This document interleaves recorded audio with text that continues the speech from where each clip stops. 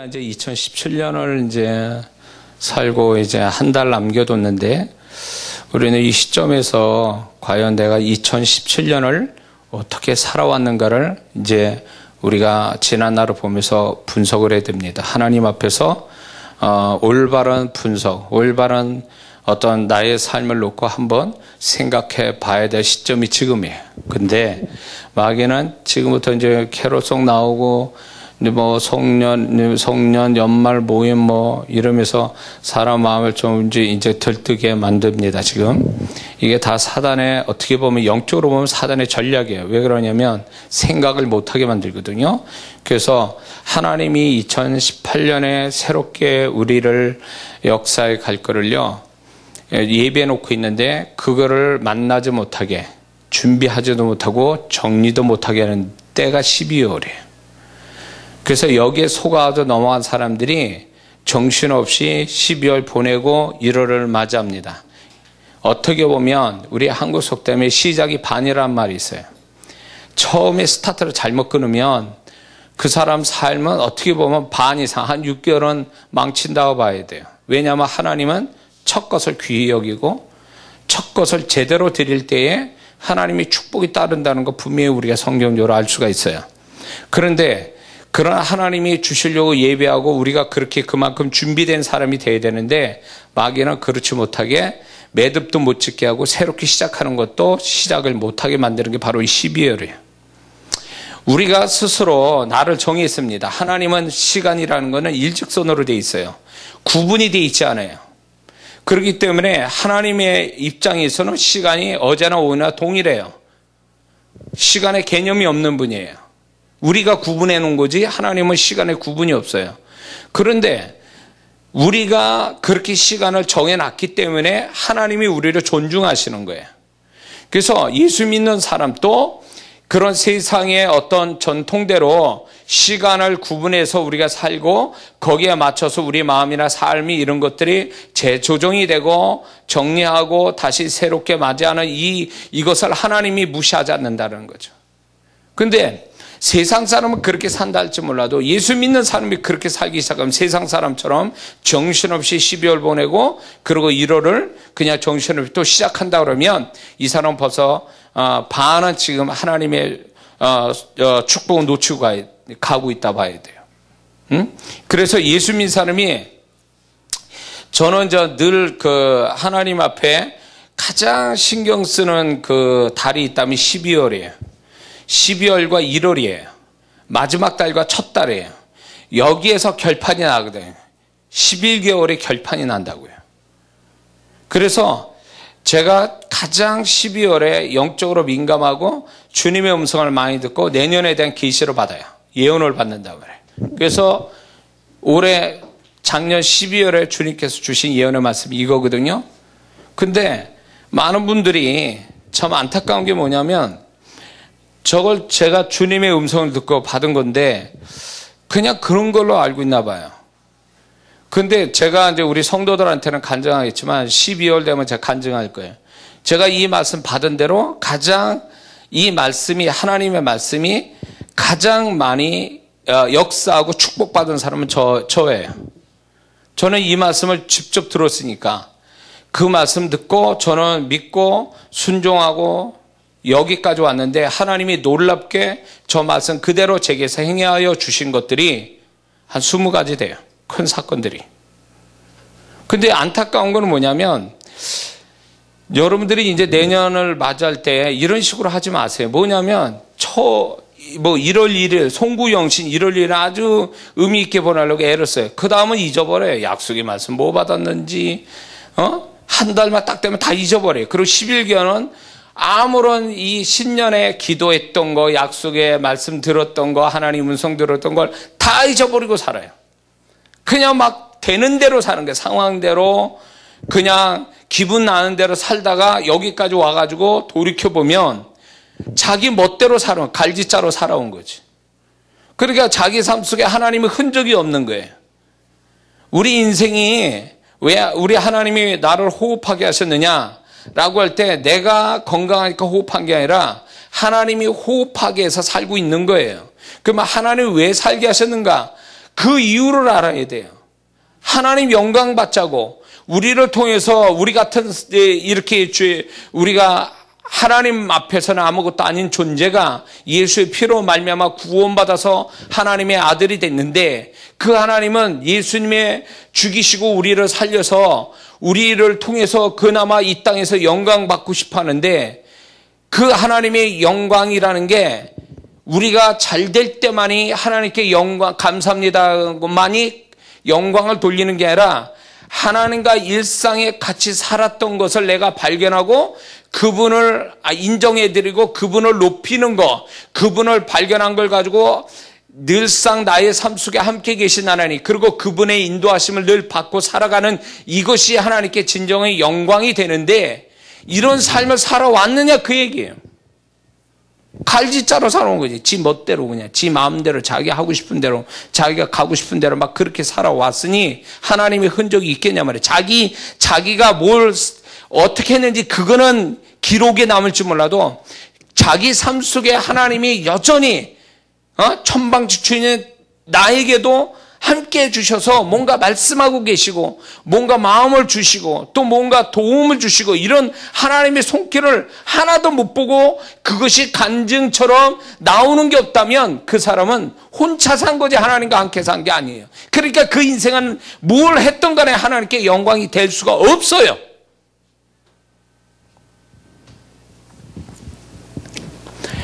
신앙생활이 점점 좋아지면 좋아질수록 하나님을 닮아가게 돼 있어요. 하나님의 성품 담고 하나님의 어떤 그 성경에 나타난 하나님의 그 모습들, 그 하나님의 행위를 그대로 담게 돼 있어요.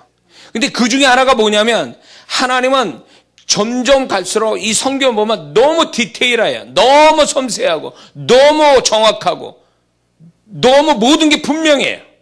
그렇기 때문에 신앙생활 잘하는 사람일수록 하나님을 닮아가니까 하나님과 똑같은 모습이 보여요. 그런 비슷한 모습도 보인다고. 섬세하고 확실하고 정확하고 진실하고 거룩하고. 아멘 하세요. 근데 그런 게 내가 이 한 해를 살아가면서 1년을 살면서 하나님과 함께 살았다 그러면 하나님께 얼마나 묻어 있는지를 이쯤 와서 한번 확인을 해봐야 되는 거 아니냐 말이에요. 내가 처음 시작할 때의 내 모습하고 지금의 내 모습이 달라진 게 무엇이며, 내 삶 속에 1년을 살게 하신 하나님 앞에 내 삶을 1년 돌이켜볼 때 하나님의 흔적이 얼마나 많이 발견되는지를 얘기할 수 있어야 이게 1년을 살게 하신 하나님께 영광이 되지 않겠냐 말이에요. 아멘. 그런데 우리가 이 시점에 자기 살아가는데 정신이 없어가지고 하나님이 나한테 무슨 말씀하시고 나를 어떻게 이끌어가는지 또 하나님의 손길이 어떻게 나타나는지를 모르고 사는 것만큼 불쌍한 게 없는 거예요 이게. 응? 교회 다니면 뭐하냐고. 종교적인 사람 되는 거지. 절가 나서 불공 드린 거나 교회 와서 예배 드리고 교회 바깥에 나가면 싹 새까맣게 잊어버리고 혼자 지 멋대로 살아가는 그 삶이 뭘 달라요. 뭐가 다르냐고. 그분이 우리는 자든지 깨든지 우리가 살든지 죽든지 그분은 왜 우리를 위해 죽으셨냐면, 우리가 죽든지 살든지 그분과 함께, 그분이 우리와 함께 하려고 그분이 죽으셨다고 데살로니가에서 말씀하고 있잖아요. 그리고 내가 너희 부활한 다음에 내가 너희와 함께 영원토록 함께 했다, 세상 끝날까지 함께 하겠다라고 약속해 주셨으면 그분을 발견하고 그분을 존중하고 그분을 높이는 것이 신앙생활일진데, 그게 없다면 불신자와 뭐가 다르요? 예수 안 믿는 사람은 뭐가 다르냐 말이에요. 그래놓고 자기 삶에 잘되고 해달라고, 잘되게 해달라고 기도는 엄청 해야 되죠. 뭔가 하나님하고 함께 산 게 있어야 하나님이 그거에 기쁨을 얻고 감동받아서 뭔가 은혜를 베풀어야 될 텐데, 하나님과 항상 산 게 없는데 달라기는 엄청 달라고, 해달라는 건 엄청 많고. 응? 초신자의 때는 모르니까 기도하라니까 기도하고 예배드리니까 예배 드려요. 그러나 신앙이 어느 정도 자라면 하나님과 함께 사는 법을 알아야 될 거 아니에요.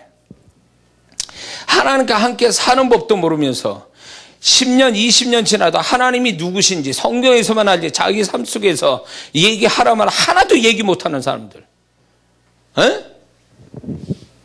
자기가 분명히 자기 삶 속에 하나님이 계신데도 그 하나님이 어떻게 계신지, 자기 마음 속에 하나님이 계신데 어떻게 어떤 마음으로 그 내 안에서 함께 사는지를 말할 수 없는 사람들. 이게 제가 보니까 하나님이 또 한 번 우리를 통해서, 우리가 에덴 동산에서 아담이 나와가지고 그 영생을 잃어버리고 죄악에 저주받아서 저주받은 땅에서 살아가는 그걸 바라보신 하나님의 마음이 얼마나 아팠겠어요. 두 번째로 예수님은 우리 죄악 때문에 예수님을 못 박아 죽이시는 그 하나님 아버지의 마음이 얼마나 아팠겠어요. 근데 세 번째 아픔이 있는데 그게 뭐냐면 구원시킨 하나님 자녀에게서 잊혀진 하나님이 돼버린 거에 대한 그 하나님의 그 아픔이 또 있는 거예요, 지금. 응? 그게 아픔이라는 걸 아십니까? 응? 우리가 죄 짓는 거, 그거 이상의 그분 앞에 고통과 아픔을 주는 건 그분을 잊어버리는 거예요. 그분을 잊어버리는 거예요. 연예인들이, 제가 어느 날 연예인들 그 자기 고백을 하는 걸 들었는데 이런 얘기예요. 다 같을 거예요, 연예인들이. 자신이 사람들한테 잊혀지는 게 제일 두렵다고 그래요. 한때는 유명했던, 사람들이 자기를 알아봐주고 그랬던 그 연예인이 사람들이 자기를 몰라주는 거에 대해서 두렵고 슬프다는 거죠. 나이 드신 노인네들이 이제 얼마 이제 살 날이 얼마 남지 않는 늙은 부모가 제일 두려워하는 게 죽음이 두려운 게 아니라 자식으로부터 잊혀지는 것이 두려운 거예요. 그러면 하나님도 마찬가지예요. 하나님도 우리의 아버지시죠. 그 하나님이 가장 슬픈 게 뭐냐면 우리에게서 잊혀지는 거예요. 교회에서, 심지어는 교회 왔는데도 생각을 안 해요, 그분을. 딴 생각하고 있어. 졸고 있거나 딴 생각하고 있고. 그러다가 집에 가. 그러면 집에 가면 그 하나님 생각합니까? 안 해요. 어느 때 합니까? 자기가 급할 때 하나님 찾지. 응? 즐거울 때 그분 찾습니까? 슬플 때도 안 찾아요. 자기 감정에 취하고 그걸 해결하기 위해서 사람 찾아다니고 노래방 다니고 게임방 가고 그러냐고 주님 잊어버려요. 그리고 교회 와서는 주님 찾지도 안 해. 그냥 몸만 왔다가 가는 거지. 그 마음은 주님에게서 멀어요. 주님을 생각 안 합니다. 주님으로부터 자기를, 주님이 거울이 돼서 나를 비춰보는 그런 거 10분이라도 한다면 하나님이 얼마나 기뻐하실까요? 워낙 그렇게 안 하고 사니까. 교회만 다니고 착하면 다 되는 줄 알아. 그게 신앙이에요? 불교는 우리보다 더해요. 옛날 우리 고모님이 계셨는데 그분은 70 넘어서 그 부산의 암자가 그 부산이 얼마나 가파라요, 그 부산이. 그거 보면은. 그 가파른 산에 거기 새벽에 목욕을 재개하시고 새벽에 해도 안 떴는데 배낭 하나 메고 산꼭대기 올라가는 거예요. 그래서 불공 데리고 와. 응? 그 노인네가. 근데 우리가 그만한 신앙이 되냐고요. 그만큼 더 안 해. 그러니까 하나님이 예수 그리스도를 통해서 예수님을 죽여서 우리를 살렸으면 우리는 그 은혜로 살고 그 은혜를 갚는 신앙이 돼야 되는데 은혜를 갚는 게 아니에요. 마지못해 하는 거예요. 마지못해서. 할 수 없으니까 하는 거예요. 그냥. 응? 거기에다가 그런 하나님에 대한 존중하는 마음이 예배인데 그 예배가 하나님을 경배하고 서비스하는 거예요. 그분에게 정말 영적인 서비스를 그분한테 드리는 건데 그거마저도 못한다 그 얘기죠. 레스토랑에 가서 고급 레스토랑에 가면 그 뭡니까? 그 웨이터가 얼마나 정말 정성을 다해서 서비스를 합니까? 그 맛에 팁을 놓고 오는 거지만,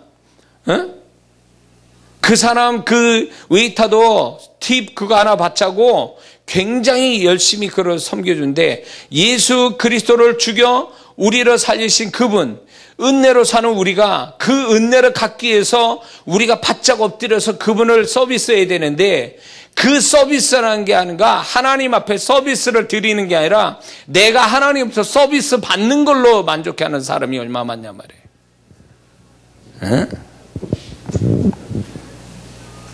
하나님이 왜 이러지? 이 설교가 아닌데. 굉장히 불쾌해요. 우리 성도들을 보면서.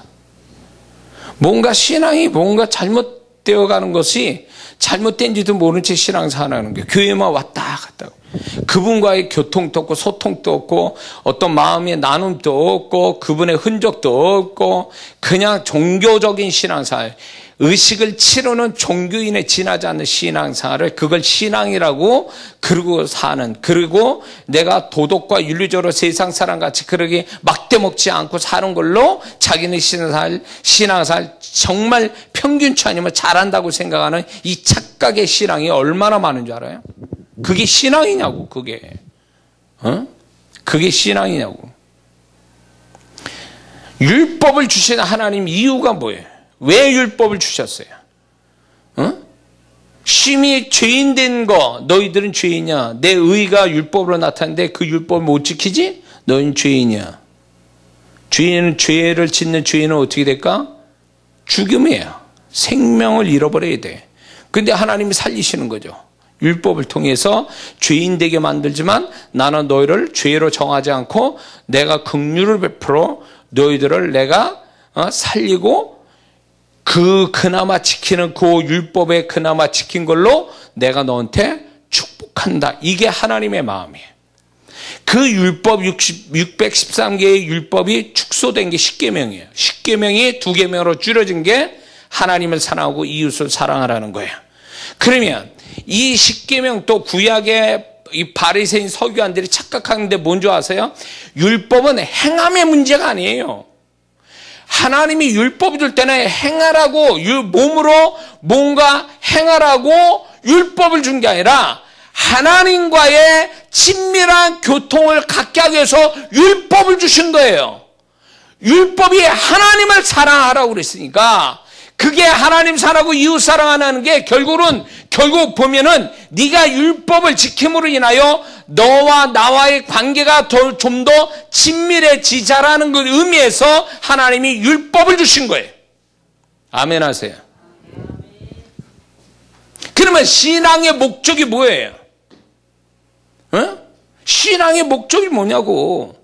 하나님과의 관계 회복이고 관계의 친밀함이에요. 이게 신앙생활이라고 구약에서부터 계시대에서 율법을 통해 계시하고 이게 예수님을 통해서 본을 보여주신 거 아니에요. 본을 보여주셔서 우리가 그렇게 신앙생활하라고 예수님 통해서 보여주셨잖아요. 그래서 하나님 아버지와 소통돼서 그분의 뜻이면 그분을 사랑하여 생명도 던질 수 있는 이런 예수님 같은 삶을 살으라고 주님 또 말씀하고 성령은 우리에게 그렇게 우리를 이끌어가는 거 아니냐 말이에요. 아멘해요. 근데 그게 신앙인데 신앙 같지도 않는 신앙 같은 신앙 아닌 것, 그게 뭔지 아세요? 행함으로써 신앙생활 다 한 걸로 착각하는 거예요. 내가 주일 지킵니다. 도덕과 윤리적인 죄에 앉아요. 이게 신앙인 줄 알아. 그러면 이거는 구약의 신앙생활 하는 사람마저도 안 되는 거예요. 그거는. 왜 구약의 다윗이 하나님이 그게 두드러지게 다윗을 등장시킨 줄 아세요? 왜 다윗의 그 행적을 그렇게 일대기를 그렇게 많은 장수를 할애해서 다윗을 얘기한 줄 아세요? 하나님이?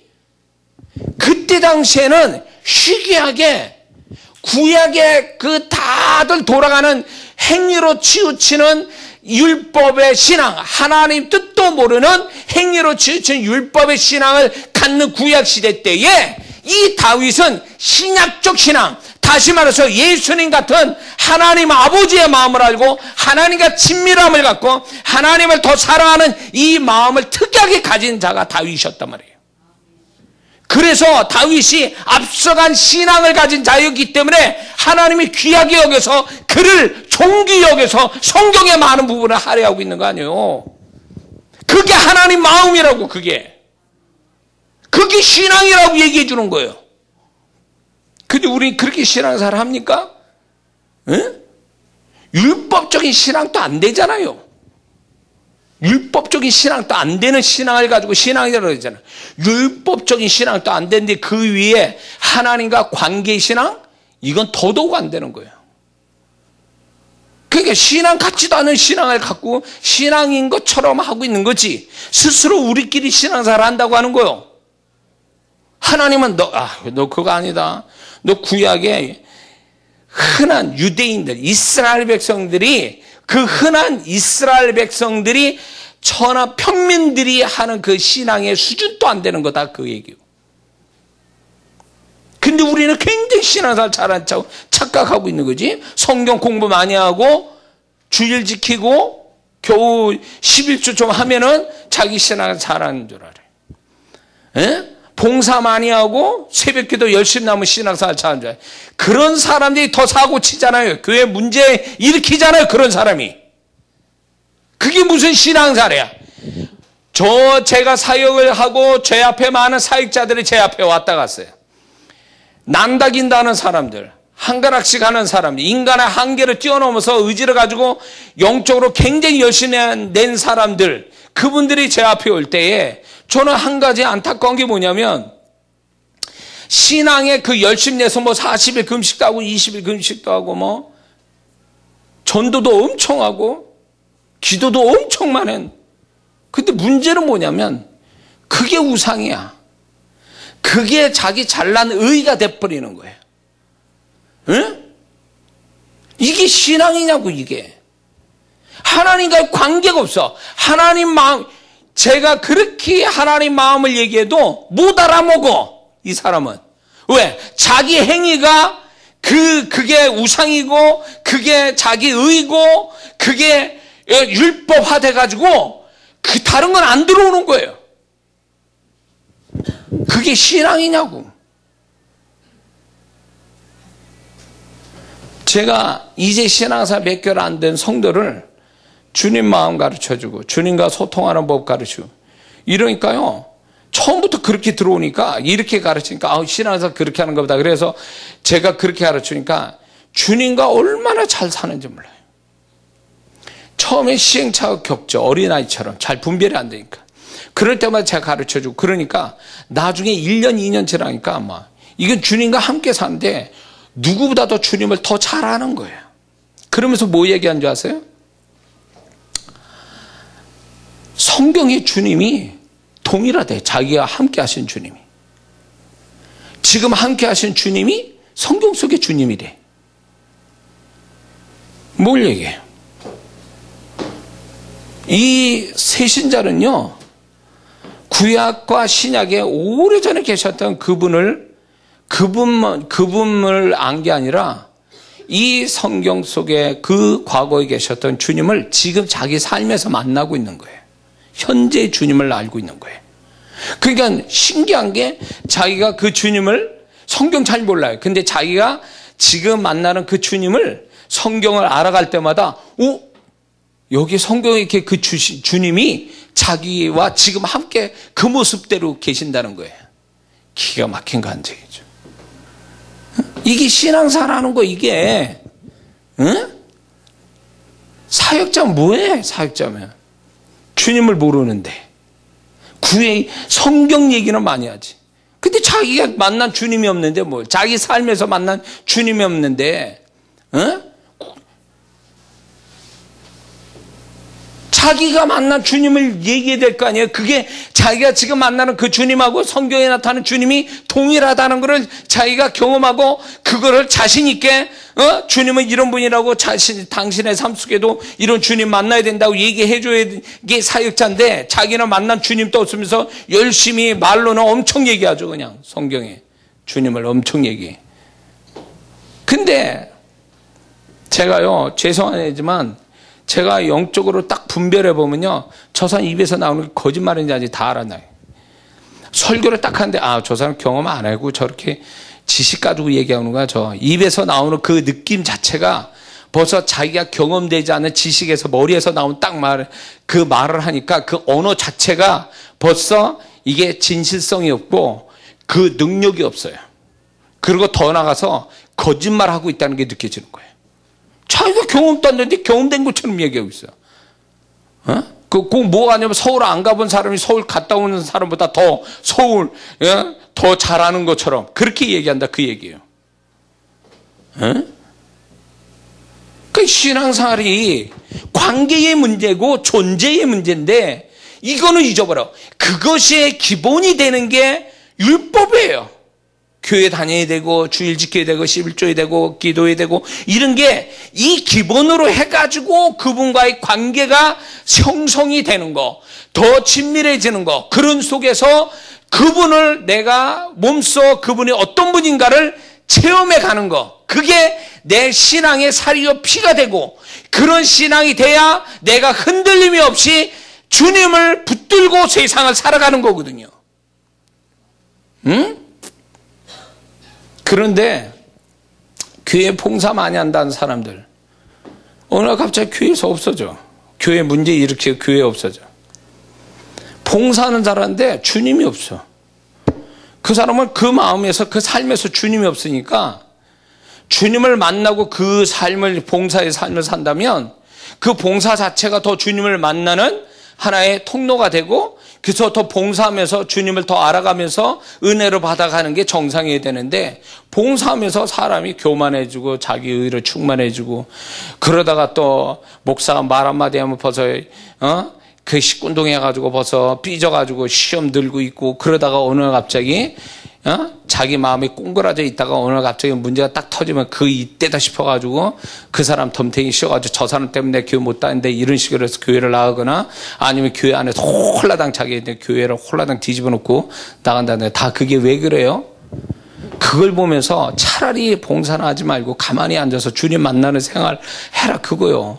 그렇게만 해도 신앙생활 유지할 거를 주님 만나지도 않는 사람이 봉사한다고 난리를 치니까, 주님을 깊이 만나지도 않는 사역자가 막 그냥 성경 지식만 가지고 성도들, 영혼들을 세워주는 게 아니라 영혼을 막 무너뜨리는 그런 일을 한다, 그 얘기요. 응? 뭐 하는 거야 도대체? 응? 주님의 음성을 들어야지. 주님의 마음이 어떠한지를 알아야지. 자기가 하는 거에 대해서. 그게 이 첫 번째거든요. 그게 첫 번째. 주님, 그리고 모든 것이 주님 앞에 펼쳐놓고 주님의 판단을 받고 주님의 음성 듣고 그 모든 걸 감당할 수 있도록, 제가 이제 어느 날 얼마 안 됐어요. 제가 이제 이런저런 문제, 좀 속상한 문제가 있었어요. 근데 이제 그 부분을 가지고 주님께 물었어요. 주님, 제가 지금 이러는, 내가 이런 태도하는 게, 태도를 보이는 게 주님 제가 잘못한 겁니까? 그러니까 아니라는 거예요, 주님이. 너 그거, 네가 그런 거 잘못 하냐? 응? 그러면서 주님 뭐냐면, 그러나 네가 그건 참아야 된다. 그러면서 그 사람은 그렇게 되어진 사람이고, 너는 그것을 너는 참고 넘어가야 된다는 거예요. 주님은 중간에 서서 판단을 다 하고 계시는 거예요. 정확한 판단을. 그래서 주님의 음성 들었을 때 주님의 음성이 맞습니다. 주님의 말씀이 맞습니다. 그리고 그 부분에 대해서 주님, 제가 지금 마음이 상해 있는데 내 마음 가지고는 안 됩니다. 이 내 마음 가지고는 이게 소멸이 안 되니까 주님의 마음을 저한테 덮어주세요. 딱 그렇게 하는 순간에 얼마 딱 지나가니까, 그렇게 긴 시간이 아닌데 그분의 마음이 나를 덮는 느낌이 딱 오면서 이렇게 속상하고 화가 나고 이런 마음들이 순간적으로 소멸되는 걸 느껴요. 주님의 마음이 나를 덮고 있구나. 그래서 그게 그 사람에게 내가 매일 수도 있고 그 때문에 내가 마음으로 죄짓거나 입술로 죄지을 수 있는 상황인데도 그분이 중간에 서서 판단해 주시고 내가 그걸 극복할 수 있도록 그분의 마음을 내게 부어주시고, 그러면서 나는 주님을 또 주님의 한 도움을 받고 주님이 또 나에게 좋으신 분인 것을 내가 또 경험하고, 이게 주님과 함께 사는 그게 하나의 지극히 한 단편이에요. 일상이에요, 그냥. 근데 그게요, 주님이 이렇게 일상에서의 어떤 그런 부분을 제가 이렇게 나눌 때 그분의 목소리는 굉장히 가벼워요. 이렇게 그 음성 자체가, 여러분들 그거 아셔야 돼요. 주님의 어감이라는 게 있어요. 주님의 음성에는 어감이라는 게 있어요. 똑같지 않아요. 기계적인 음성이 아니라고요. 근데 제가 경험한 그 주님은 내가 일상을 가지고 얘기할 때가 가장 그분이 밝고 음성이 가벼워요. 그거는 무슨 얘기냐면 주님이 이 부분에 대해서 굉장히 기분 좋게 여기시는 거예요. 내가 그런 부분을 얘기해. 나는 속상해도 그 부분을 가지고 그분 앞에서 얘기할 때에 그분은 그거를 굉장히 기분 좋게 받아들이신다는 거죠. 응? 우리가 무거운 얘기, 내가 정말 심각한 그런 얘기할 때 그분 또 이런 게 있어요. 그분 또 같이 나랑 그 마음이 이런 거 느껴봤어요?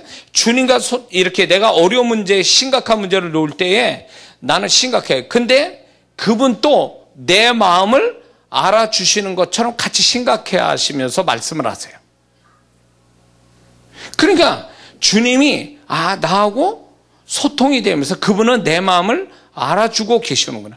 내 마음을 이해하시면서 얘기하시는구나. 이게 순간적으로 그분의 음성 딱 들을 때 그게 와요. 그러니까 이게 울컥하는 거야, 한순간에.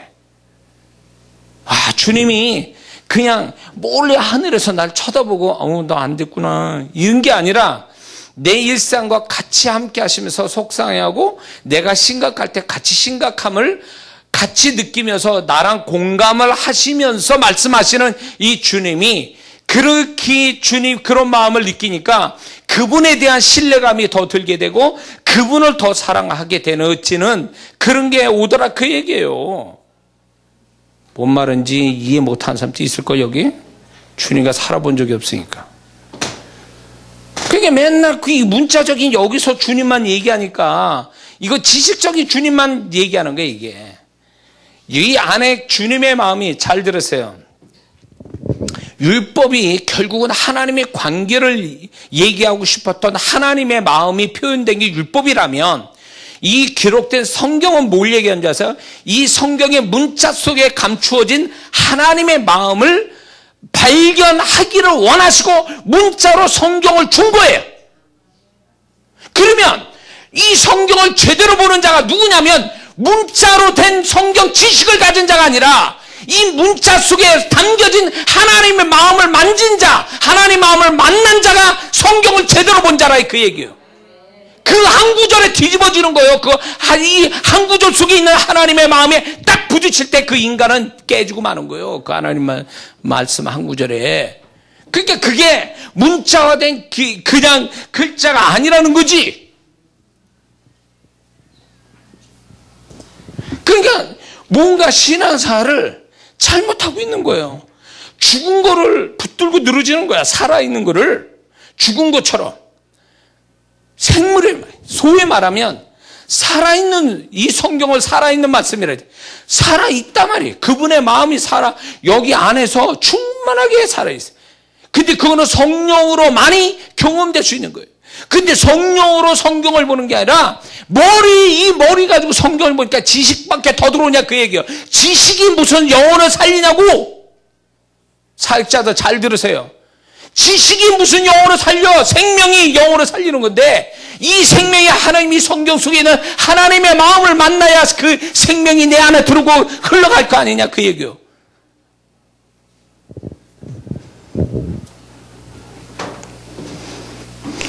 그러니까 신앙이 뭔가 이게 살아있는 신앙이 아니라 죽은 신앙 붙들고 있는 거지. 살아계신 주님, 살아있는 말씀, 이거하고 상대를 해야 되는데 죽은 글자, 이 문자, 내지는 율법, 행위, 이게 치우치니까 신앙이 개떡같이 되는 거예요. 죽은 거 붙들고 있게. 다시 말해서 이 한겨울에 꽝꽝 얼어버린 찬밥을 먹는 거지.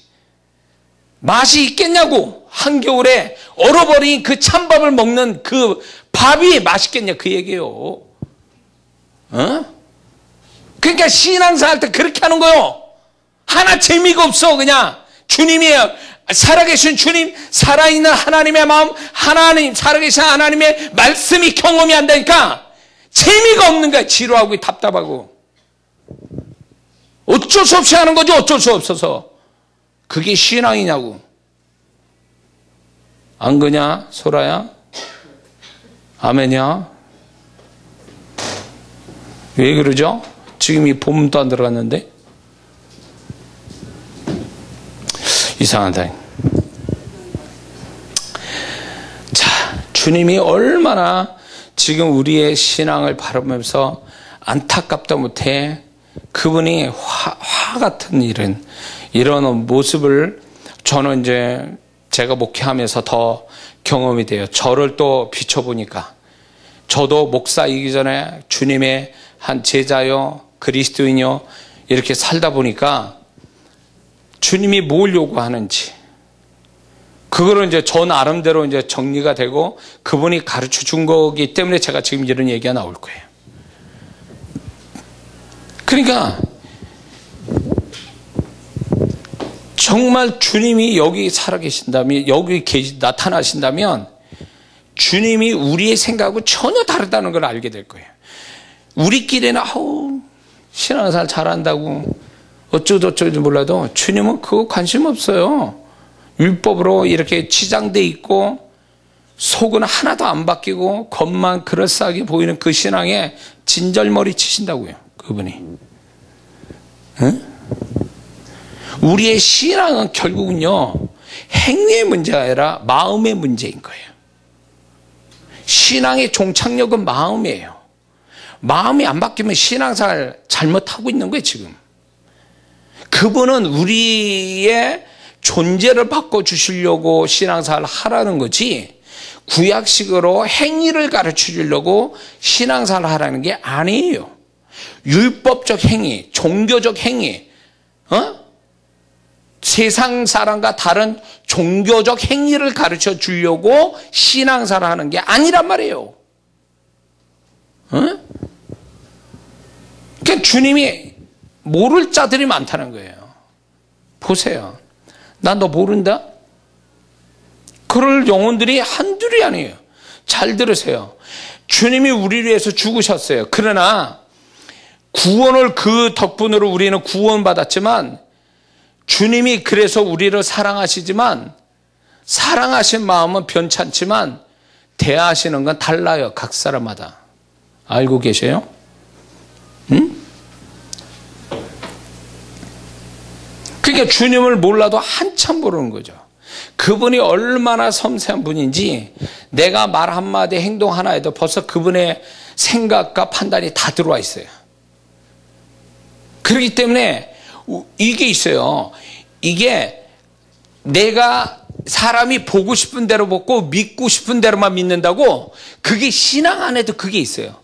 내가 믿고 싶은 그 주님, 보고 싶은 보는 각도의 그 주님만 그것만 생각하는 거예요. 그런데 신앙이 자라갈수록 주님이 보는 각도가 굉장히 다르게 다양하고 섬세하게 내가 주님을 봐야 되는데 10년이고 20년이고 초신자 때 봤던 그 주님을 그대로 보고 있는 거지. 그러면 그게 진짜 주님이세요? 코끼리 꼬리 잡으면 그게 코끼리냐고. 코끼리 꼬리만 보고 코끼리야. 다른 면도 있는데 하나도 그걸 못 보는 거지. 그러니까 신앙생활이 이게 소경인 거예요. 눈은 떴지만 소경인 거예요. 왜? 한쪽만 보는 거야. 하나만 보고 10년이고 20년이고 그럴 거라고 생각하는 거예요. 자기 스스로가.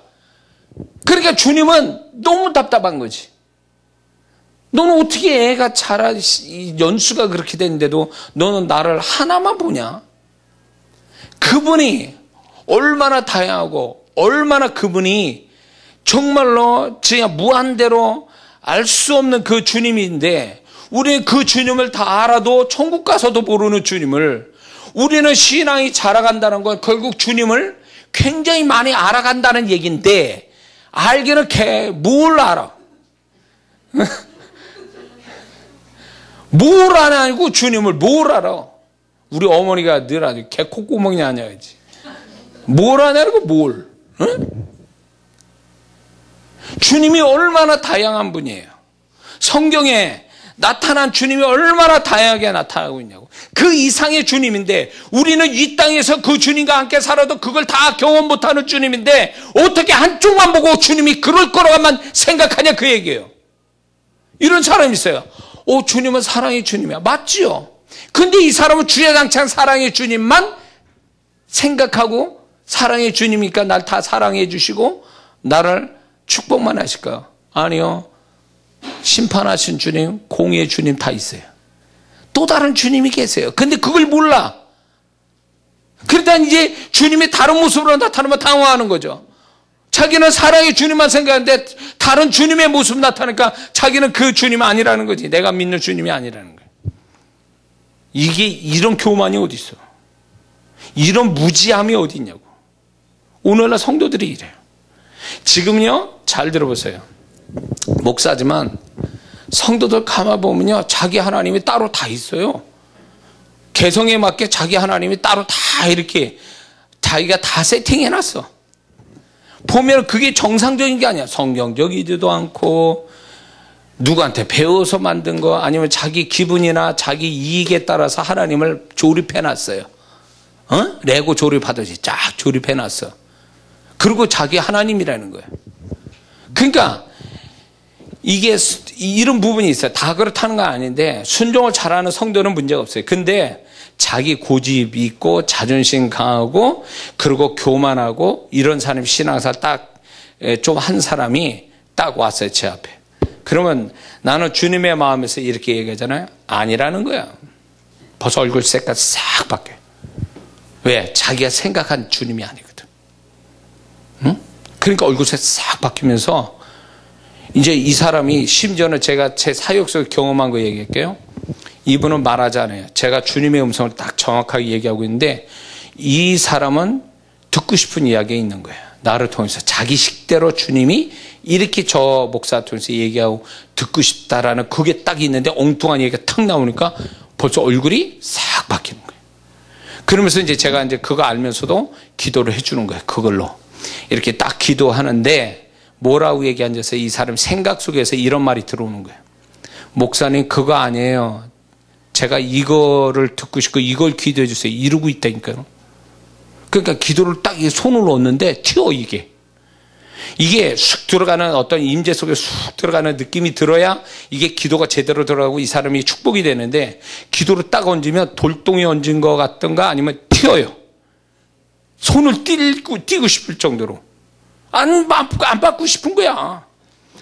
아니, 그럼 왜 나한테 왔냐고. 자기 하나님 그냥 가서 그냥 산속에 들어서 그 하나님 믿고 그냥 열심히 살지. 그러니까 나한테 와서도 자기 하나님과 그 하나님의 말한 걸 듣고 싶은 거예요. 이런 교만이 어디 있어요, 이런 교만이. 오지나 말지, 그러면은. 인격 있으니까 얘기 안 하는 거야. 진짜 둘만 있으면 진짜 욕이라도 해줄 거야, 내가. 하나님 뭘로 알고, 응? 하나님을 뭘로 알고 그러냐고. 자기가 만들어 놓은 하나님을 자기가 강제로 그렇게 자기의 편한 대로 하나님 만들어 놓고 그거를 그 하나님이 그대로 나타나게 바라는 이 어리석음과 이 무지의 극치는 어디서 나온 거야 도대체? 누구한테 배운 거야 도대체 그 신앙을? 응? 이 설교요, 성령의 말하게 하심이에요. 그렇기 때문에 이 설교, 이 동영상을 듣는 사람은 아마 이 가슴 찔릴 사람이 한둘이 아닐 거예요, 이게. 예? 신앙생활 그렇게 하니까 하나님이 인정 안 하는 거예요. 그런 식으로 신앙생활 하니까 축복도 없어요. 교회 생활 그렇게 해도 자기 속에 하나님이 원하지 않는 하나님을 자기가 만들어 놓고 우상단지처럼 하나님, 그런 하나님 만들어 놓고 그 신앙생활 하니까 하나님이 축복을 안 해주시는 거예요. 그러니까 그 사람한테는 하나님의 흔적이 없는 거예요. 그리고 오히려 하나님께 어떻게 보면 징계받을 사람이에요. 왜? 하나님이 그를 사랑해요. 그 사람도. 그런데 그런 못된 신앙을 가지고 잘못된 신앙이니까 하나님이 이걸 깨부셔야 되거든요. 잘못된 신앙을 가서 그 영혼 망칠까 봐 하나님이 그래서 고난과 징계가 들어가는 거예요. 알만한 사람들이. 제가 사역하는 사람들 중에, 제가 사역해 준 사람 중에 그냥 제일 편한 상대는 누구냐면 그냥 저를 통해서 주님 말씀한 대로 그거대로 순종하고 아멘하고 가는 사람이 정말 제가 상대하기 좋은 성도예요. 근데 제일 어려운 성도가 뭐냐면 신화사 좀 됐고 그 영적 체험도 있고 지식도 있고 거기다 사역자까지 된 사람이면 정말 힘들어요. 그냥 사역 안 해주고 싶어. 왜냐면 딱 틀이 잡혀 있어. 근데 그 틀이 좋은 건 모르는데 정말 지금 얘기한 주님과의 관계 속에서 이루어진 신앙으로 만들어진 틀이면 정말 저도 순간적으로 어떻게 오는지 아세요? 그 사람 딱 눈만 봐도요 감동이 확 와요. 그러면서 사역은 안 했는데도 저 사람은 신앙생활 제대로 하고 있구나. 주님과의 사귐이 있는 사람이구나. 그러면서 나도 모르게 이렇게 감동이 훅 하고 들어온다고. 그래서 제가 그분을 보며 은혜를 받아요. 제가 모르게. 그런 사람들이 있어요. 그런 사람이 오면 제가 또 힘을 얻어요. 저도 은혜가 되니까. 그런 사람인데 그 반대적인 사람도 있어요. 나무 토막 같은 사람들. 어떻게 할 방법이 없는 사람이 있어요. 왜 여기 왔는지 모르겠어. 그냥 혼자서 그냥 굳세게 자기 하나님 믿고 그냥 가면 되지. 왜 여기까지 와가지고 나를 힘들게 하냐고. 나한테 뭘 듣고 싶은 거야 도대체. 잘한다고 칭찬해주는 그거 듣고 싶은 거야 도대체. 응? 그런 사람이 있어요. 제가 이렇게 뭐랄까 뭐라고 좀 책망을 하고 싶은데 책망했다간 이 양반 난리칠 것 같으니까 그냥 책망 덮어놓고 그냥 간단한 기도 딱 해주고 끝나는 분들도 있거든요. 감당이 안 돼. 내가 주님의 음성 얘기하면 감당이 안 되는 사람들. 별 사람 다 있어요. 그러니까 저도 원래 주님의 마음이 처음부터 많았던 사람이 아니에요. 근데 영혼을 섬기다 보니까 영혼을 사역해 주다 보니까 내 안에서 그분의 마음이 가지각색의 그분의 마음이 나타나면서 주님이 이렇구나. 이런 게 있어요. 예를 들어서 가장 간단한 그냥 보편적인 주님의 음성 중에 내가 너를 사랑한다. 이런 음성이 이제 이렇게 제가 듣고 얘기해 줄 때 100사람이면요. 100사람이 동일한 말씀을 하시는데 그 동일한 말씀 속에 주님의 마음은 100사람 다 틀려요. 그 정도로 섬세하세요. 이 사람은 이렇게 해서 사랑하고 저렇게 해서 사랑하고. 그러니까 그 사랑의 감정이요. 100사람이면 다 컬러가 달라. 그 정도로 그분이 그렇게 섬세하신 분이에요. 아주 디테일해. 응? 그래서 내가 깜짝 놀란 게 뭐냐면 주님이 이렇게 각 사람마다 이렇게 다르게 나타나시구나. 더 놀라운 건 뭔지 아세요? 7번 집회 참석하잖아요. 제가 집회를 할 때 3박 4일이면 7번 집회를 하면 놀라운 건요. 첫날 주님이 그 사람을 대하는 그분의 그 마음과 또 중간하고 끝날 때 주님의 마음이 달라. 3박 4일 만에 한 사람 놓고 그분의 마음이 달라진 걸 느껴요. 사역하다 보면. 이 정도요. 주님이. 근데 우리는 그걸 아냐고요. 그분의 마음을 아냐고. 그분과 친밀함이 있어야 그분을 알아가는데 무언가 그분하고 삶을 나눈 게 있어야 그분을 좀 내가 경험적으로 그분을 알아가는 게 있어야 주님이 이런 분이구나. 이래야 내 삶 속에서 살아갈 때 주님이 늘상 나하고 이렇게 살아왔으니까 내 삶에 어떤 문제를 만나도 그분과 함께 또 그걸 해결해가고 그걸 이겨가고 그걸 또 극복하고 그걸 통해서 주님 도움받고 주님을 또 영광 돌리고 이렇게 해서 주님과 합작으로 뭔가 삶을 만들어가는 이게 있어야 이렇게 돌아올 때 누구랑 얘기할 사람 없어도 주님과 함께 걸어온 그것이 추억이 돼서 주님 앞에 영광이 될 텐데 혼자 살아왔으니 주님과 나눌 게 없는 거예요. 너 혼자 살아왔잖아. 너 혼자. 난 너한테 개입한 적 없어. 내가 너한테 같이 있었지만 너는 나를 바보로 만들었어. 왜? 너는 또 뭐예요? 그 영화 대사처럼 너는 나한테 모욕감을 줬어. 이런 대사예요. 그러니까 가만히 있는데 그분을 가만히 놔두는 거야. 그리고 자기 혼자 다 해버리는 거지. 계신데도 안 계신 것처럼 그분을 취급하니까 그분이 그렇게 말씀하지 않았지만 넌 나한테 모욕감 줬어요. 나는 이렇게 얘기하실 수 있겠다라는 생각이 드는 거예요.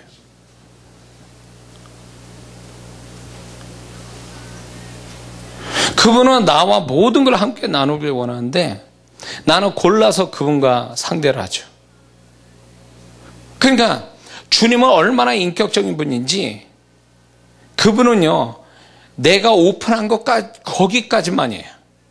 그 이상 들어와서 역사 안 해요.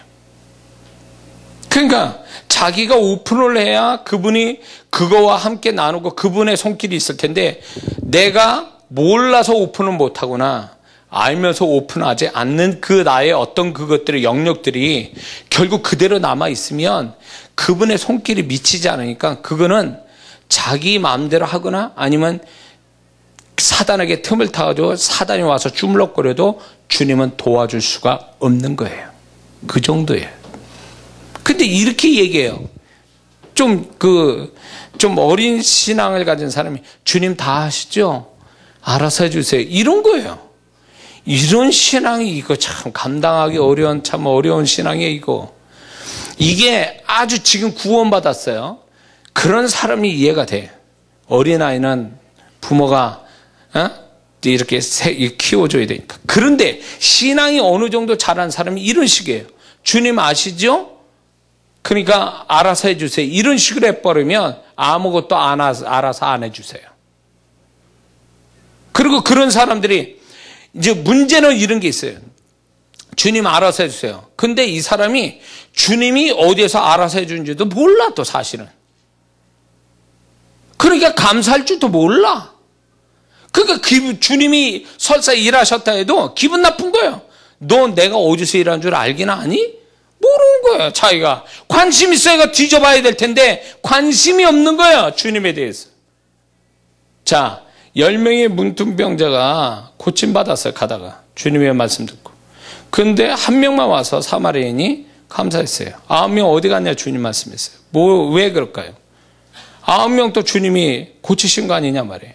근데 그들은 주님의 고치심이라고 생각 안 한 거예요. 어쩌다 그렇게 된 거고, 그러니까 자기 볼일을 본 거죠. 근데 주님의 말씀이 그 사마리아한테 네 믿음이 너를 구원했다. 이미 그 문둥병에서 구원받은 자한테 왜 그 말씀을 굳이 또 그렇게 얘기하시냐 할 때에 저는 그게 주님 앞에 천국 가면 그 반드시 성경에 궁금한 점이 참 많아요. 주님께 물어볼 그 중에 하나가 뭐냐면 주님 9명은 어떻게 됐습니까? 라고 묻고 싶은데 저는 추측한데 9명은 다시 문병으로 돌아갔을 거라는 거예요. 그래서 주님이 그 말씀을 하셨다는 거죠. 주님이요, 그분께서 하신 일을 몰라주거나 그분이 하신 일을 감사하지 않으면 그게 원위치로 돌아가는 이 영적 원리가 있다는 걸 알아야 돼요. 그러니 주님 알아서 해주세요 했는데 주님 정말 알아서 해주는데 그걸 어디서 알아줬는지도 모른 채 그냥 지나가 버리면 그거 다시 원위치 되는 거예요. 그래서 우리는 주님이 하신 일은 다 일일이 적어가지고 그분께 감사하고 주님 이런 일을 나한테 해주셨죠. 감사합니다. 이럴 때 하나님이 영광 받으시고 그 사람한테 너는 내가 한 거를 알고 있었니? 라고 할 때 그 다음 또 그분이 더 좋은 일을 나한테 베풀어 주실 통로를 여는 거야. 그게. 근데 오늘날 많은 성도들이 주님의 손길을 몰라요. 그러니까 자기 생각할 땐 그게 당연히 된 거고 자연스러운 거고 우연히 된 거라고 생각하지 그게 주님의 손길로 된 거라고 생각 안 하니까 그 사람한테는 주님의 손길이 그 이상은 미치지 못해요.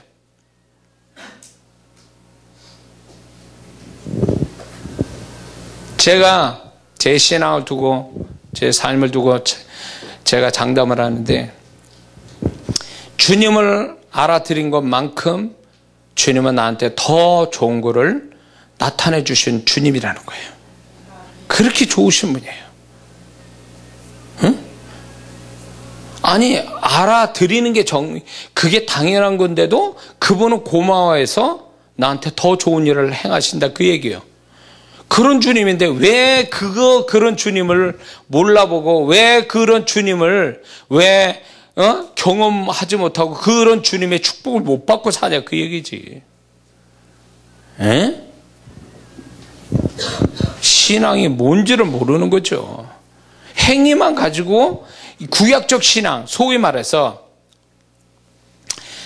주일 지키면 복 받습니다, 11점 복 받습니다, 그런 데만 그게 꽂히는 거죠. 그렇게 신앙을 사는 걸로 다한 걸로 여긴 거예요. 그 이상의 축복이 뭔지 아세요? 그분과 정말로 사귐을 잘 가지면 내가 기도한 것보다도 내가 율법을 하라는 것을 한 것보다 더 큰 축복이 온다는 거 여러분 아세요? 그분과 사귐만 잘 가져도 기도한 것보다 행한 것보다 더 큰 축복이 내게 온다는 거예요. 그것만큼 그분이 원하는 거는 그분과의 어떤 이렇게 주거니 받거니 하는 소통, 내지는 내 삶의 모든 걸 함께 나누어 함께 사는 거, 이게 주님이 가장 바라시는 거예요. 믿습니까? 근데 교회가, 우리 한국교회에 신앙의 문제가 뭐냐 할 때 저는 이걸 꽂는 거예요. 교회에 들어오면 율법부터 가르쳐요. 하라 하지 마라. 갓때나 세상 짐지고 피곤하고 지쳐서 교회 왔더니 하지 마라, 이거 해라, 이걸로 또 한번 짐을 얹어가지고 피곤이 또 한번 쌓이네. 그러니까 재미가 없는 거예요. 그래서 대다수 성도들이 떨어져 나가. 교회 구원받고 교회 들어와도 재미가 없어. 갓때나 회사 다니고 세상에서도 피곤하고 할 것도 많고 하지 말 것도 많은데 교회까지 와가지고 또 그래야 되니까 눈치 봐야 돼. 교회 들어와서는 또 죄인 되는 거지 또. 세상 하던 버릇 못 버리니까 또 교회 와서 죄인 돼가지고, 그러니까 교회 오기 싫고. 이게 신앙생활 하고 싶지 않은 거죠. 이게 문제라는 거야. 이게 구원받았으면 이제 그분과 함께 사는 법을 가르쳤으면 그게 율법을 지키지 말라도 지키게 돼요. 나중에는 그분이 궁금해서 성경을 보게 돼 있어요. 그게 저절로 신앙생활해야 재미가 있는 거지. 그는 주님과의 그거 코치해주고, 소위 말하면 이런 거죠. 애가 이제 엄마 뱃속에서 나와서 어느 정도 자랐어요. 그러면 얘한테, 야, 요 밥은 여기 있다, 반찬 여기 있다, 네 간식 저기 있다, 응? 그리고 엄마는 저기 있어, 이런 식으로 쭉 가르쳐 주는 거죠. 그러면 이 아이가 스스로 그걸 찾아다니면서 자기가 하는 거죠. 그럴 때 재미가 있고, 그러면서 자기가 독립심이, 그리고 자기 혼자 뭘 해내려고 막 이렇게 하잖아요. 주님이 우리를 그렇게 키우기를 원하시는 거예요. 주님과의 어떤 소통을 통해서 주님을 배워가면서 그 주님이 좋아서 주님이 더 스럽고 주님의 존재가 이제 점점 커지고 자기 삶에 주님의 존재가 굉장한 영향을 주고 있음을 알게 되면요, 그 주님 때문에 신앙생활을 남 시키지 않아도 해요. 제가 그렇게 했거든요. 제가 감리교에서 신앙생활을 했어요. 학생 때까지, 고등학생까지. 그때는 하라 하지 말라로 막 살았을 때예요. 그래도 어느 순간부터가 그게 막 지루하고 답답하고 괴로운 거예요. 그러다가 세상을 떠났어요. 그게 싫어가지고. 그래가지고 세상에 살다가 신앙을 못 배운 거예요. 그러니까 그때는 봉사만 배우고 하라 하지 말라만 배우고 이랬으니까. 그러다가 제가 세상 살다가 주님의 다시 부르심 받고 교회로 들어올 때 그때 주님께서 저한테 한 차원 신앙을 가르쳐 준 게 바로 뭐냐면 주님과 사귐이 있는 신앙이에요. 모든 걸 함께 나누는 거예요. 제가 이제 그 결혼하기 전에 제 아내도 여기 있지만 제 아내 청년 때 같은 교회 다녔어요. 제가 이제 교회 세상 살다가 교회로 들어가는 첫날부터 보고 있었어요. 제 아내는 그때는 다 알고 있어요. 저희 모습. 주님과 사귐이 그때 주님, 제가 집에서 기도하고 싶은데 이제 우리가 2층 이렇게 단층인데 이제 옥상이 이렇게 평평한 옥상이 있는 그런 집이었어요. 그래가지고 바깥으로 이렇게 올라가는 계단이 있어서 옥상에 올라가는 데가 있는데 그 올라가는 이 각선이 대각선에 여기다가 이제 기도실을 만들고 싶었던 거예요. 기도를 하고 싶어서. 주님, 제가 기도를 주님과 함께 기도하고 싶은데 제가 이 재료가 필요합니다. 그러니까 주님이 가르쳐 주는 거야. 야, 교회에 그 안 쓰는 거 있어. 그거 가져오면 네가 딱 맞을 거야. 정말 교회로 갔어요. 그래서 이제 보니까 진짜 그 물건이 있는 거예요. 그래서 주님, 내가 목사님 이거 교회에서 쓰는 거예요? 그러니까 안 쓰는 거래. 제가 가져가도 될까? 그래서 가져가라.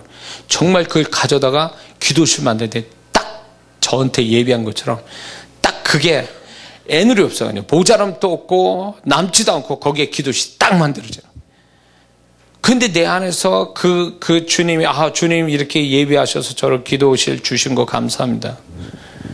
제가 하여튼 주님의 음성 엄청 많이, 그때 그 주님의 그 음성들을 많이 듣고 내가 일상의 이런 삶을 살면서 주님과 함께 나눈 것들이 너무 많다 보니까 그러면서 이제 기도를 이제 거기에 들어가서 이제 시간 날 때마다 기도할 때마다 주님이 얼마나 그 골방을 좋아하셨는지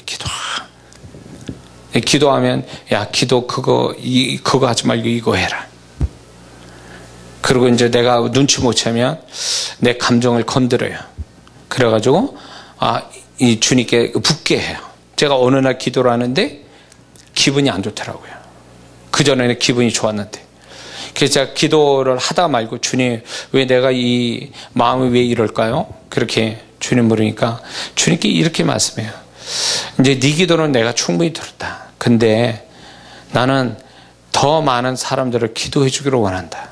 그러면서 그 사람들을 쭉 이름을 가르쳐 주시는데 제가 그러면서 이 기도를 나는 이 영혼들을 기도해 주는 걸 원한다. 그러면서 제가 그럼 그렇게 할게요. 기도를 딱 하는 순간에 그 전에 가졌던 그 기쁨보다 훨씬 더 큰 기쁨이 제 안에 들어오면서 그게 내 기쁨이 아니고 주님의 기쁨이라는 걸 확인시켜 주는 거예요.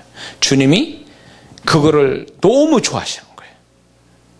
그렇게. 그래서 제가 그러니까 소위 말하면 기도 많이 하는 사람들 중에 중복 기도를 안 한다? 그 사람은 기도 속에 주님의 지도를 안 받은 사람이에요. 왜 그런지 아세요? 주님은 철저하게 우리 위해서 죽으신 분이기 때문에 당신 위해서 사신 분이 아니고, 그러니까 우리도 그분의 성품을 받은 사람이기 때문에 주님은요, 내가 급한 것도 있어요. 그러나 다른 사람, 다른 거에 대해서 더 큰 걸 위해서, 하나님의 뜻을 위해서 기도하는 걸 더 좋아하시거든요.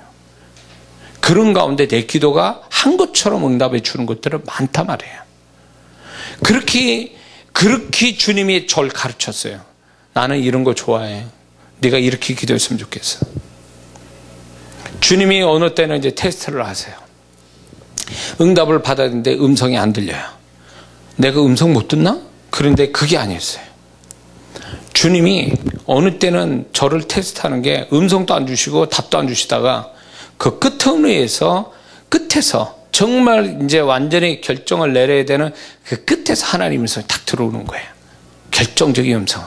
그러면서 제가 주님께 물었어요. 주님, 왜 처음부터 말씀 안 하시고 왜 그 끝에 가서 정말 애태우게 끝에 가서 말씀합니까? 이렇게 하니까 나는 너를 시험해 봤다는 거예요. 그러면서 뭘 얘기하시냐면 네가 정말 나를 신뢰하고 있는지를 내가 한번 테스트해 봤다는 거예요. 네가 환경이나 네 기분에 따라 결정하지 않고 내가 결정해 줄 걸 믿고 기다리는 거에 대해서, 그거에 대해서 내가 기뻐한다. 그러면서 내가 그거를 테스트해 봤다라는 이런 식으로 얘기하는 거예요.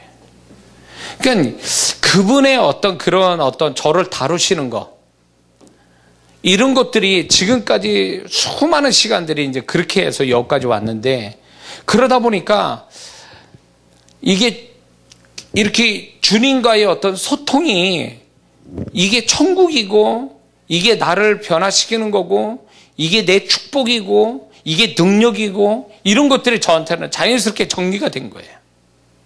그러면서 주님이 이제 사실은 제가 이 사역을 하는 것은 정말로 저의 사역이 필요한 영혼들이 있기 때문에 제가 사역을 하는 것 뿐이지, 사실 사역하고 싶진 않아요. 왜냐하면 사역보다 더 귀한 거는 주님과의 내가 소통하면서 그분께 배우는 게 너무 그게 필요했고, 거기에 집중하는 게 더 좋았거든요. 그래서 오늘 오면서도 제 아내한테도 얘기했지만, 저는 사람 많이 만나고 일 많이 하는 거 좋아하지 않아요.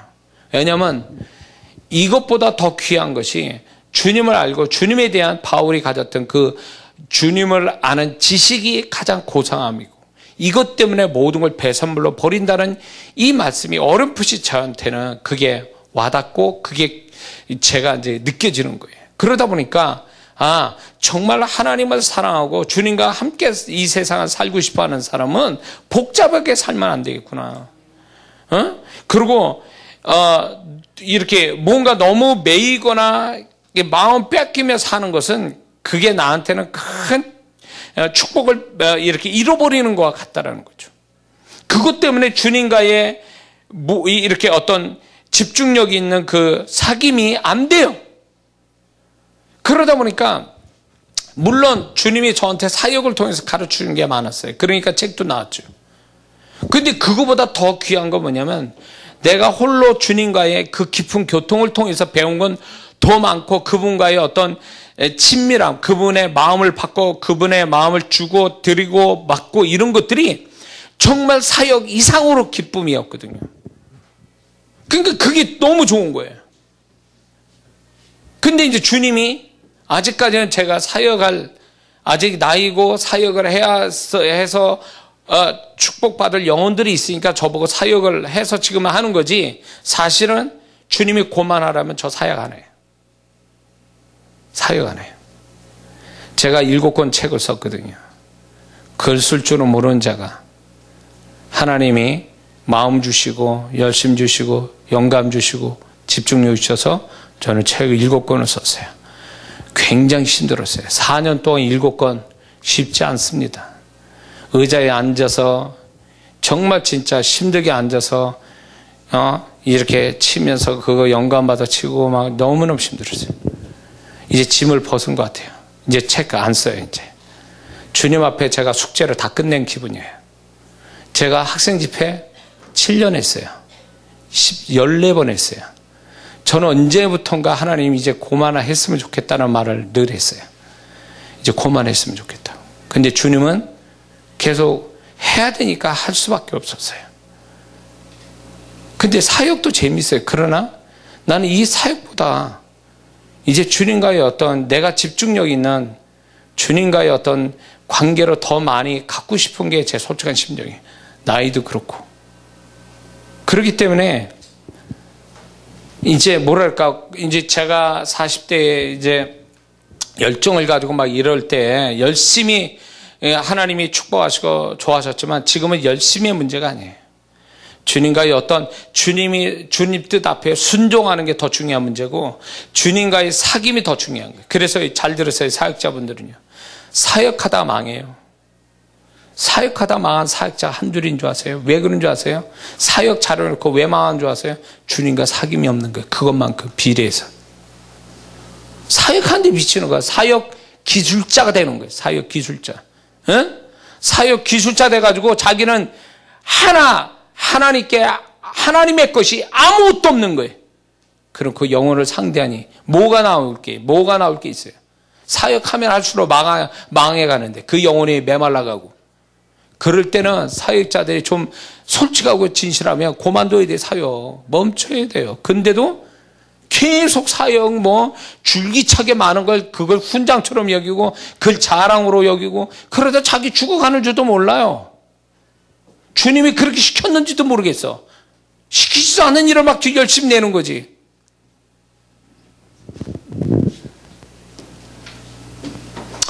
주님이 간절히 원하시는 건요, 지금 또 너하고 나하고 사귐을 좀 갖자. 어떤 교통을 갖자. 소통하고 우리 한번 공감을 서로 가질 수 있는 부분을 공감할 부분들이 좀 있었으면 좋겠다. 그거예요. 우리는 일방적이야. 주님 앞에. 주님, 내가 이거 해주세요. 그거 끝이야. 넌 내 마음을, 내가 어떤 마음 가졌는지 너 알기나 알아? 너 그거 묻기나 했냐? 너 그거 구하기나 했어? 이런 거예요. 뭔가 일방적이에요, 다. 뭔가 소통하는 게 아니야. 하나님께 일방적이에요. 그러다 보니까 주님이 피곤해. 그런 부분에. 어린 신앙 때는 그래. 어리니까 일방적으로 어린애가 엄마한테 뭐 달라, 뭐 해달라 그럴 때 엄마가 이렇게 해주지만 만약에 애가 더 컸어요. 장성해서. 근데 부모하고 소통하지 않고 맨날 달라는 얘기만 해. 그러면 그 부모는 어떨까요? 속 터지는 거예요. 속 터지는 거예요. 응? 가끔가다 우리 아들이니까 그래. 아들 가진 집은 다 그런가 봐. 이게 말이 좀 같이 주거니 받거니 그랬는데 우리 아들은 또 나만큼 그러니까 말을 잘 안 해. 승길이처럼 말을 안 해. 미치겠어. 얘기를 해야지, 얘기를. 뭔가를 이렇게 저렇게 얘기를 해야 되는데 사무직 얘기만 딱 하고 끝나. 그러니까 나는 그렇지더라도 엄마는 좀, 제 아내는 좀 섭섭하죠. 그래서 엄마한테는 딸이 있어야 되는 것 같아요. 그래서 내가 딸을 구하자는 게 참 세월에 가서 이제 더 이상 딸을 구할 수는 없지만 딸이 참 필요하다는 생각 들어요. 특히 엄마한테 난 딸이 필요한 것 같아요. 근데 이게요, 아들이니까 이놈이 뚝뚝하지 말을 잘하는. 그러니까 제가 조잘조잘 얘기를 해야 돼요. 그게 어떤 때는 참 답답해요. 이놈이 좀 뭔가 이렇게 얘기를 좀 나한테 좀 많이 해주고 아빠 이야기에 좀 의견 좀 물어봐 줬으면 좋겠는데 말을 안 하다가 어느 날 또 지 혼자 기분 좋아. 여자친구하고 뭐 기분이 좋아졌는지 뭔 일인지 기분 좋아서 쫑알쫑알 또 얘기해. 자기 얘기하는 거야. 엄마 아빠 얘기 듣고 싶지도 않아요. 지 할 얘기만 하는 거지. 야, 그래서 얘를 대화하는 법을 가르치려고 해요. 대화하는. 이제 군대가 있지만 대화하는 법을 가르치려고 그래요. 응? 그러니까 이 부분이 우리와 주님의 관계의 모습이에요. 이게 뭔가 주거니 받거니 말이 통하고 공감이 되어지고 그런 속에서 정말 그 짜릿함이 있잖아요. 우리는 같이 하나야. 위아더 우리는 하나야. 그거에 대한 연합, 그거에 대해서 우리가 하나구나 라는 거에 대한 희열, 이런 게 가족 속에서도 그런 게 있잖아요. 그러면 주님도 그걸 원하는데 이거 소통이 안 되는 거야. 일방적으로. 우리 아들놈처럼 일방적으로 얘기해. 일방적으로. 그러면 또 그렇지 않으면 아빠가 일방적으로 얘기할 때 일방적으로 듣고 있어. 그건 또 대답을 안 해. 또 이런 거 주님이 뭐라고 얘기하시면 내가 뭐라고 대꾸를 해야 되는데 말이 없어. 그 주님은 답답해, 정말 답답해 하시는 거예요. 야, 내가 이렇게 물었으면 네가 이렇게 대답을 해야지. 이런 거예요. 그래서 제가 설교를 이렇게 하잖아요. 설교를 딱 한 다음에 끝난 다음에 통성기도 시켜요. 그러면 왜 통성기도 시키냐? 이 목사가 설교 속에 자기를 향한 주님의 음성이 들었다면, 주님의 음성 들었다면 통성기도 할 때 그걸 주님께 다시 고백을 하는 거예요. 주님이 나한테 오늘 저 목사님 통해서 이런 말씀 하셨죠? 제가 이렇게 할게요. 뭐 이렇게 하기를 원합니다. 이렇게 하게 도와주세요. 뭐 이래야 주님의 음성이 나한테 왔고 난 또 그 음성의 반응을 이렇게 해야 주님이 야, 너 그 내가 너한테 한 말을 네가 이제 알아듣는구나. 이래야 좀 소통에 어떤 기쁨이 있을 텐데 이건 들었는데 통성기도 시켰는데 기도를 안 하네. 뭐가 이게 와닿지를 않나 봐. 기도할 내용이 없어. 기도를 안 해. 그러니까 일방적으로 주님의 말씀인데도 대꾸를 안 하니까 주님이 정말 멱 빠지는 거예요. 주님께서. 그러니까 이게 주님과의 함께 소통하며 산다는 게 굉장히 중요한 문제인데 소통이라는 단어를 모르는 거예요. 우리 한국 사람의 문제가 뭔지 아세요? 지금 한국 사람의 자기 주장만 열심히 해서 소통이 안 이루어져요. 지금 정부도 그렇고 정치인도 그렇고 이게 타협이라는 게 없어요. 중간에 서로 말을 해서 그래 그러면 우리가 타협을 보자 이래야 되는데 얼마가 저 출판사 저 책 때문에 7번째 책 때문에 사장님하고 출판사 사장님하고 얘기했는데 이분은 자기 얘기해 나는 내 얘기하고 있고 다 이게 중간이 없어. 근데 이제 조금 있으면 감정이 막 나서 진짜 싸울 판이야. 그래서 나보다 더 그분이 더 다혈질이야. 그래서 내가 그냥 안 되겠다 싶어가지고 사장님 우리가 이렇게 하면 감정으로 가면 문제가 생기니까 이쯤에서 한번 절충을 해보죠. 타협 좀 해보죠. 자 사장님이 이렇게 있고 난 이렇게 있으니까 한 발짝 양보해서 이렇게 합시다. 딱 이러니까 그러자고 그래서 얘기가 딱 끝난 거예요. 그러면 그렇게 타협하면 딱 끝나는 거를 서로 감정 나가지고 자기 주장을 얘기하다가 싸움 크게 벌어지고 각자 손해가 나는 거죠. 주님의 관계도 이런 거예요. 우리가 주님과의 관계 속에서 일방적으로 얘기할 게 아니라 이런 거죠. 내가 무슨 얘기를 했으면 주님께 주님이 어떤 생각 가졌는지를 물어봐야 될 거 아니에요. 주님께 여쭤봐야 될 거 아니에요. 주님, 제가 지금 이 얘기를, 지금 이런 거를 주님께 구합니다. 그러면 주님은 어떻게 생각하십니까? 라고 묻고 주님의 음성 듣고 주님의 감정을 받아보려고 좀 있어봐야 주님과 소통하는 법이 되는 거 아니에요? 이런 시간이 필요한데 자기 얘기만 잔뜩 해놓고 예수의 이름으로 기도합니다. 아멘. 딱. 뭐 어쩌자 하는 거야 그러면. 기도는 이게 불교식 기도라는 거예요. 왜? 불교는요 부처가 다 들어준다고 믿는 거예요. 탑을 돌고 108번 내하고 천배하고 이런 이유가 뭐예요? 자기가 공을 들여서 해결을 보자는 어떤 자기 의지의 표현이에요. 부처는 다 들어줄 거니까. 이게 교회 안에 들어와서 기도라는 단어가 빌기자 빌도자 이게 불교적 용어예요. 그러니까 교회 안에서도 어떻게 하냐, 내가 열심히 기도하면 되는 거야. 그냥 하나님 이렇게 주야장차 밤새도록 그냥 막 같은 말 또 하고 같은 말 또 하고 이러면 하나님이 막 나중에는 막 질병 나가지고 막 응답하시겠지 뭐. 이런 식으로 하는 그것이 불교식 기도예요.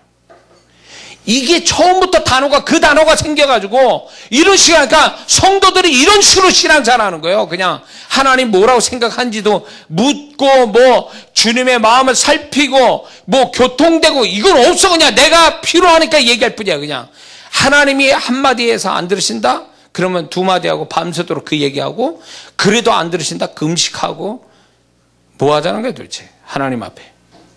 그게 무슨 소통이냐고. 그게 정상적인 관계냐고요. 아니에요. 제가 아까 처음에 얘기했지만 주님, 내가 이분하고 이렇게 해서 감정이 상했습니다. 주님은 어떻게 생각하세요? 제가 잘못한 거예요? 이러면 주님이 아니다. 네가 잘못한 건 아니야. 그러나 너 화내면 안 돼. 너 그거 참아야 돼. 그래서 주님이 중립에서 딱 가운데서 저를 딱 분별시켜주고 저를 저의 어떤 잘못하면 얘기하시지만 잘한 거에 대해서는 내 편이 되어주셔서 말씀하시고, 그러니까 내가 분별이 생기면서 주님이 이러니까 뭐가 오냐면 내가 주님하고 나하고 주님의 마음이 지금 소통되고 있구나. 주님이 내 입장을 이해해 주시는구나. 이런 거예요. 그러니까 기분이 너무 좋아. 그 사람하고 싸웠는데 기분은 너무 좋아.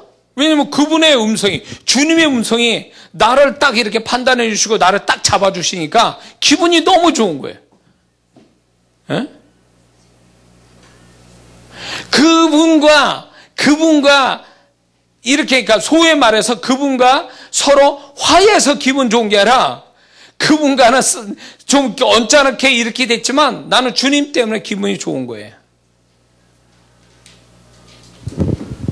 그 사람과 화해해서 좋은 게 아니에요. 돈이 생겨서 기분이 좋은 게 아니에요. 일이 잘 돼서 기분 좋은 게 아니에요. 거기에 같이 계신 주님, 내 상황을 다 보고 계셨던 주님이 정확하게 내 편 되어 주셔서 내가 잘못한 것에 대해서는 정확하게 얘기하시고 또 이 문제를 어떻게 풀어야 될지를 지혜로운 말씀을 다 나한테 주시고 이럴 때 그렇구나. 저 사람한테 기대할 게 아니라 주님의 지혜와 주님의 마음으로 해결이 나누구나. 할렐루야. 그게 주님을 귀하게 여기는 법이에요. 그런 자를 주님이 귀하게 여기세요. 내가 율법적 행위를 행하는 것을 하나님 귀하게 여기죠. 그러나 더 귀한 것은 그분의 마음을 알아서 그분의 마음이 원하는 대로 내가 딱 할 때에 그게 주님을 얼마나 기쁘게 할지 몰라요. 율법보다 더 위에 있는 게 마음이에요. 구약이 율법을 얘기한다면 신약은 마음을 얘기하는 거예요. 그럼 우리는 신약시대에 사는 사람이에요. 그러므로 율법을 강조하지 말고 율법은 기본이요. 율법 위에 마음을 강조해야 되는 거예요. 이 마음이 주님이 바라시는 거예요. 그러면 우리의 신앙은 마음의 신앙이 돼야지 행위의 신앙이 돼서는 안 된다는 거죠. 행위의 신앙이. 그러니까 밤새도록 기도했죠. 봉사 엄청 했죠. 예배 잘 드렸죠. 근데도 마음은 허전해. 공허하고. 그렇죠?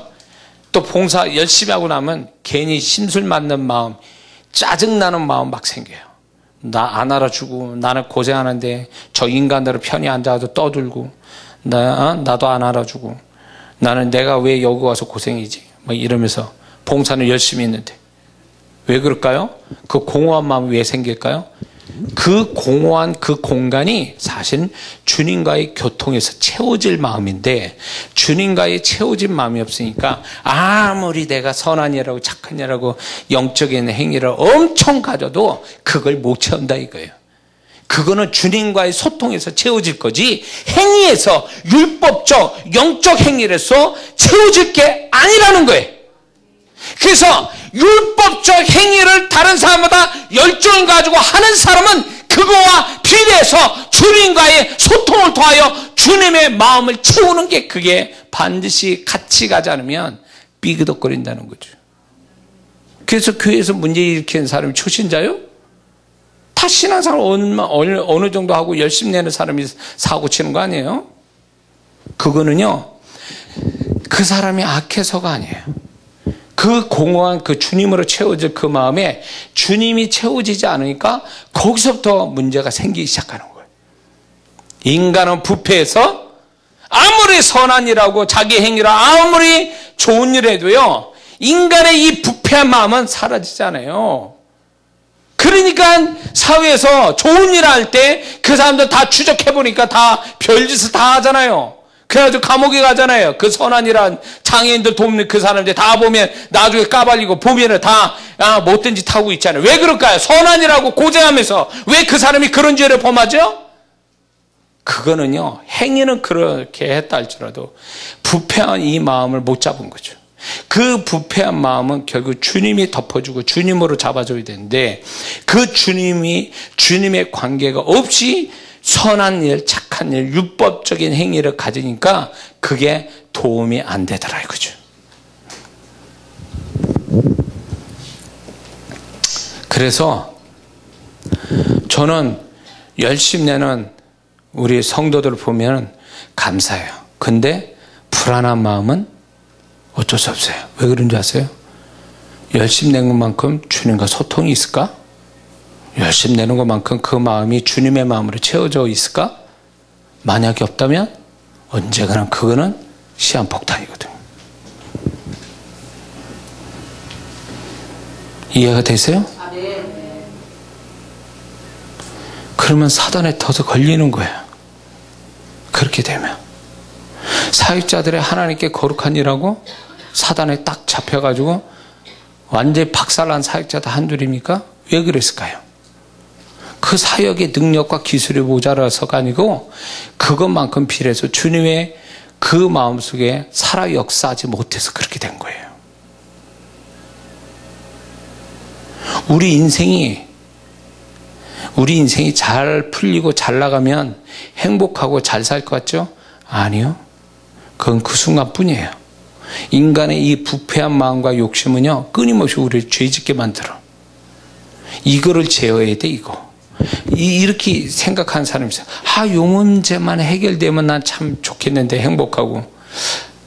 이것만 잘 되면 참 나는 정말 하나님께 더 잘할 것 같은데. 아니요. 속지 마세요. 그건 착각이요. 그렇게 되면 잘할 것 같습니까? 인간의 욕심이, 부패한 마음이 그걸 놔둘 것 같습니까? 그렇게 되도록? 아니요. 거기에 딱 서보면요, 그 상황이 딱 되는, 자기가 바랬던 상황으로 딱 가버리면요, 그 인간의 욕심과 부패함이 뭔가 또 다른 걸 자꾸 또 찾아요. 그래서 자기를 점점 더 나쁜 쪽으로 몰고 간다는 걸 몰라요. 돼서, 지금 안 돼서 불행하고 되면 행복하고? 아니요, 거짓말이에요. 안 돼도 행복할 수 있어요. 충분히 주님과 함께 주님과 사귐 있고 주님의 마음이 내 안에 충만하면 그거 안 되는 속에서도 천국을 경험할 수 있다, 그 얘기예요. 믿습니까? 근데 잘 되는 속에서도 지옥을 경험한 사람 한둘이에요? 왜? 그 마음이 지옥이니까. 그 마음에 주님이 없으니까 잘 되는 속에서도 별짓 다 하죠. 우리나라 그 사회 지도층에 돈 많다는 갑질하는 사람들이, 그 사람들이 돈이 없어서요, 나는 그 갑질하는 사람들 보면요, 돈은 가졌는데도 불구하고 저렇게 남들 부러워하는 거 다 가졌음에도 그 아주 쌍스러운 그 행동을 하는 거 보면 불쌍해. 왜 그런 줄 아세요? 화가 나는 게 아니라 불쌍해. 왜냐? 가진 것만큼 그 안에 가져야 될 것이 하나도 없는 거예요, 그 마음에. 그래서 마음이 그만큼 불행한 사람이라는 것을 거기서 얘기해 주는 거예요. 응? 그러니까 우리 마음이 축복이 되려면, 많은 사람이 자기 마음 축복하려고 이것저것 다 주워다 자기 마음에다 뒀는데, 아니요, 예수 믿는 사람은요, 주님이 내 안에서만 살아 역사하고 주님의 마음이 내 안에 역사하면요, 그걸로 끝이에요.